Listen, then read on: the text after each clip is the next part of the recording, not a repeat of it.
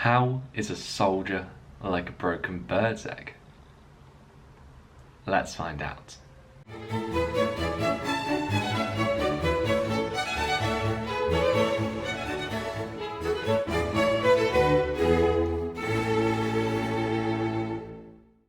How's it going, Revision Squad? I hope you are having a wonderful day, or at least as wonderful a day as you can have whilst you're revising. Hopefully this video will make your day a little bit brighter. I'm Liam, aka Mr. Knight, aka DystopiaJunkie, and this video, as you can tell, is for the poem Mametz Wood by Owen Sheers.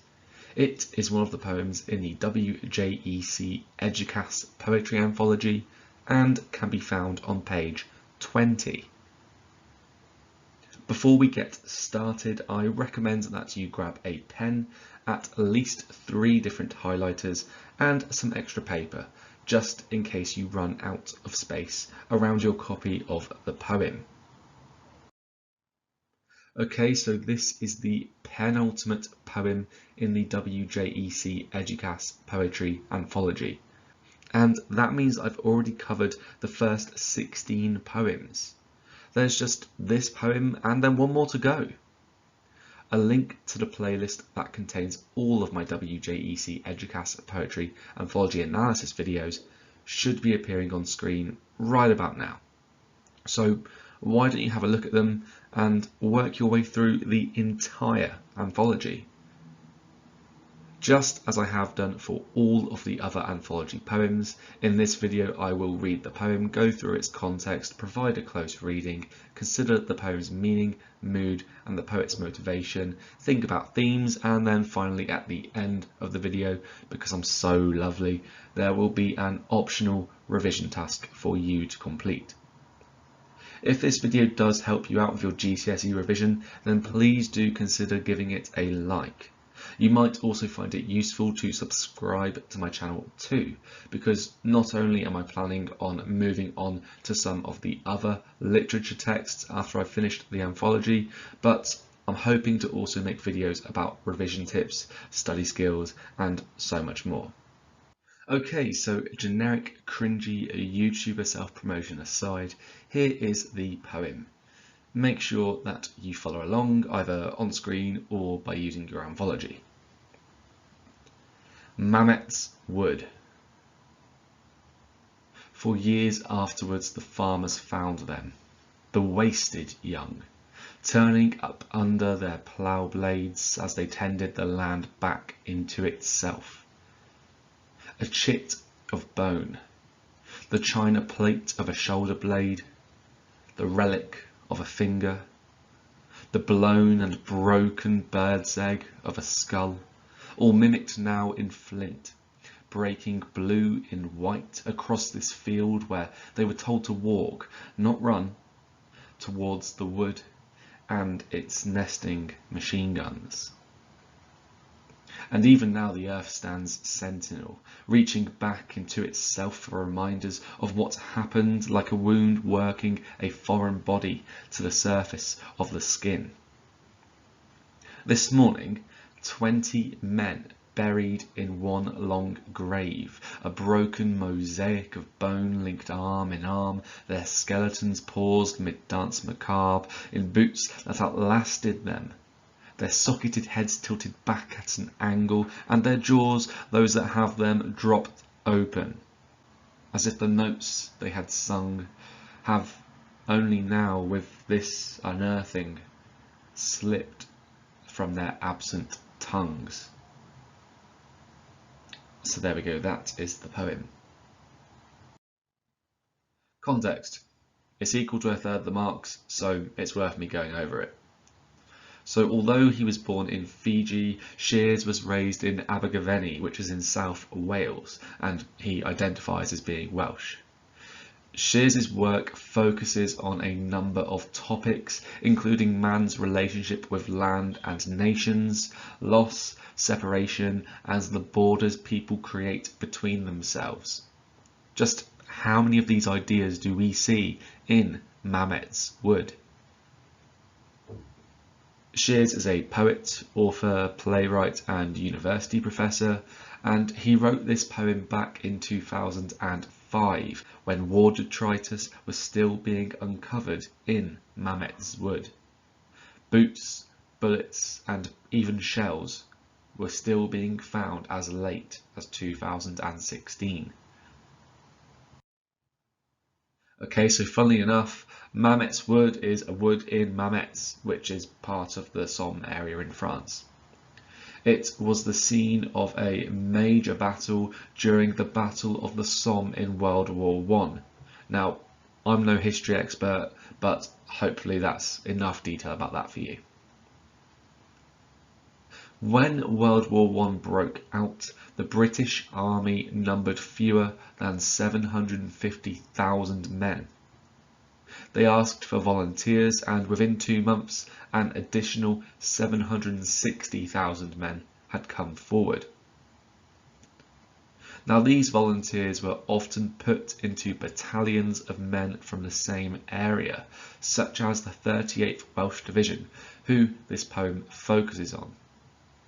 It was their objective to reclaim Mametz Wood from the German forces. Before they could do this, they were shot down by machine gun fire. 4,000 men were lost. And despite this, they eventually were successful in capturing Mametz Wood. And despite that success, the 38th Welsh Division generally had quite a poor reputation, but it was hardly their fault. They were ill-trained and poorly led.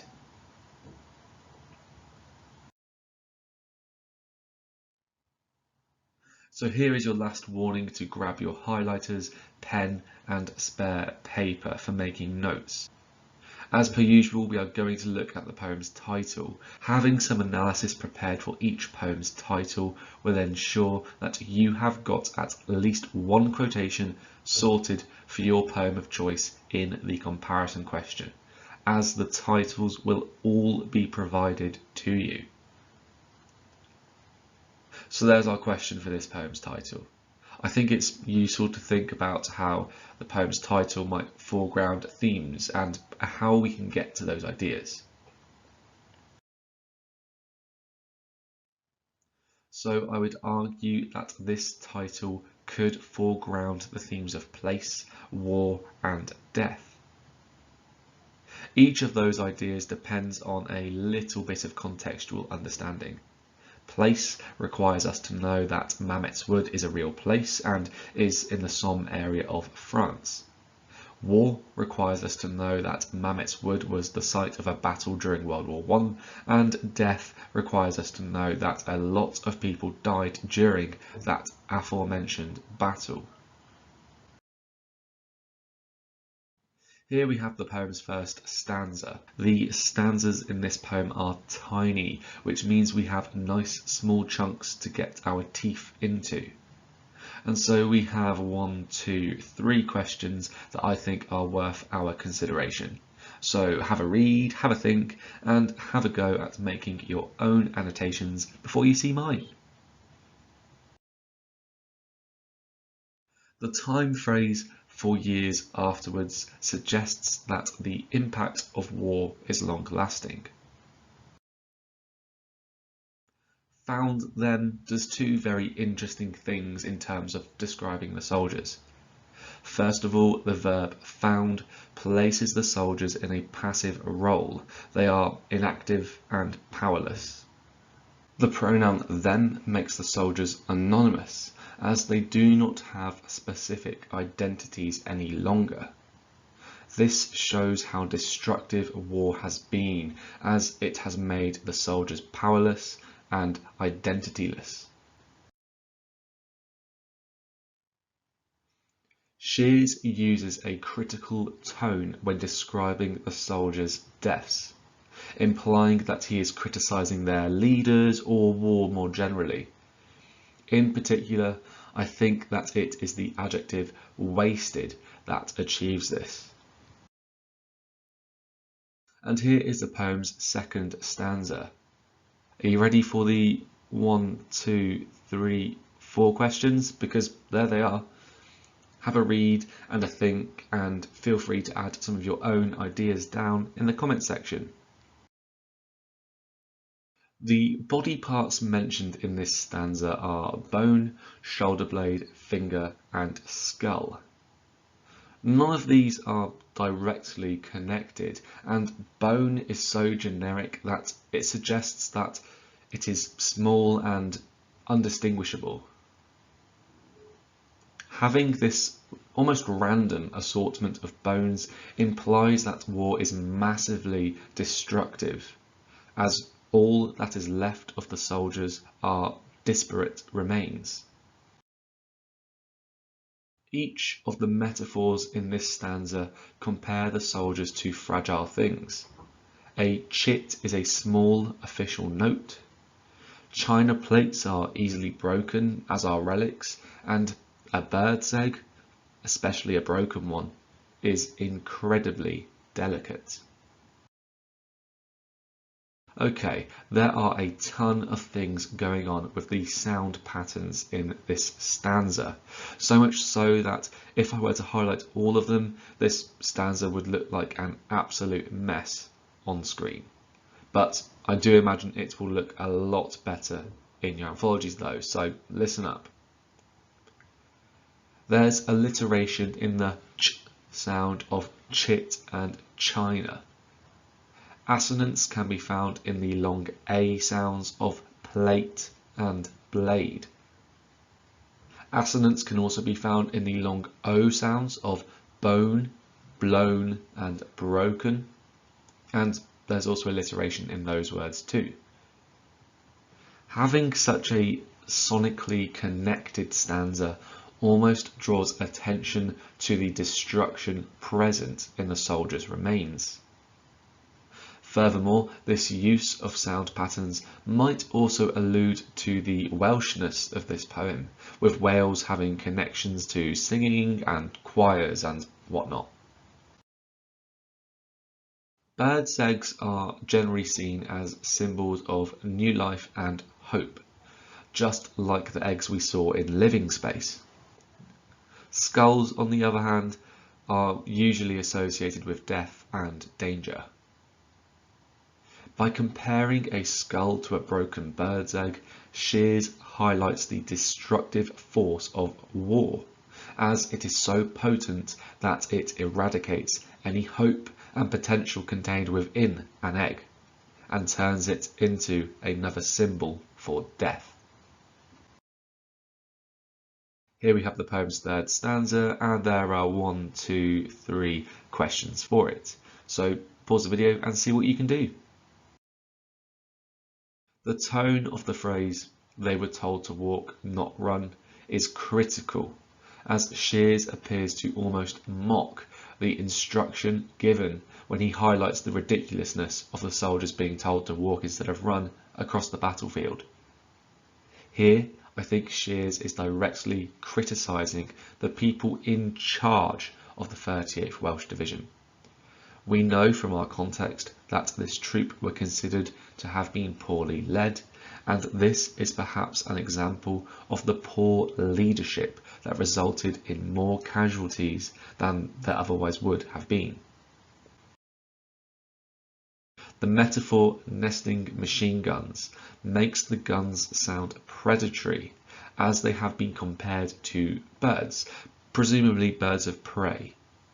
This also has the effect of making the soldiers sound like victims or prey as well.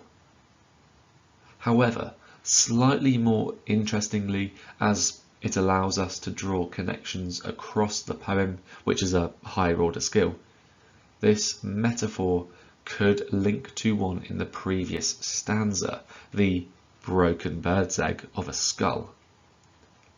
By making this connection, we can also say that the nesting machine guns are birthing death, which shows once again how the destruction of war is able to tear apart our usual linguistic associations.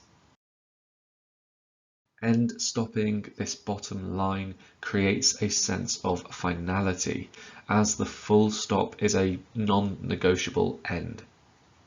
This sense of finality could reflect the sense of death that is laying underneath the surface of this stanza. Here we have stanza 4 out of 7, so you've made it past the halfway point. Well done. And here are another 1, 2, 3 questions. You know the drill by now.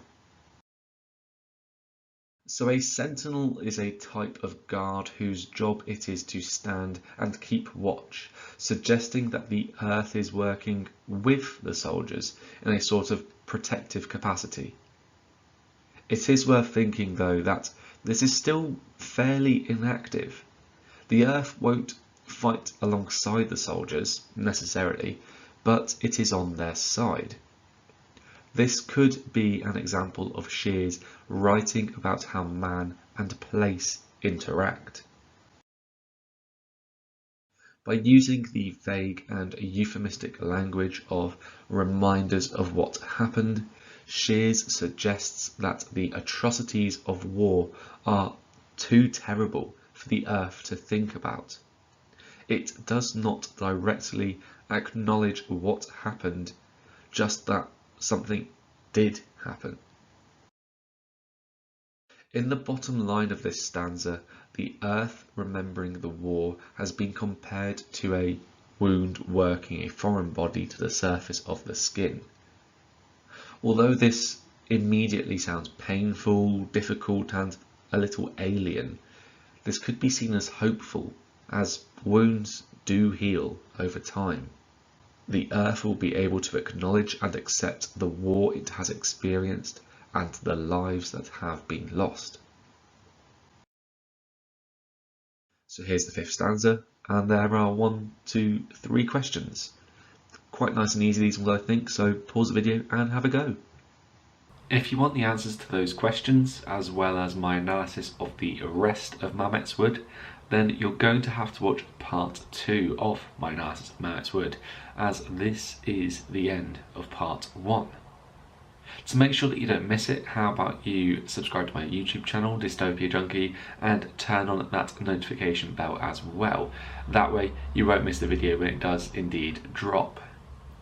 As ever, thank you so much for watching, and I hope you do have an awesome rest of the day. Cheers.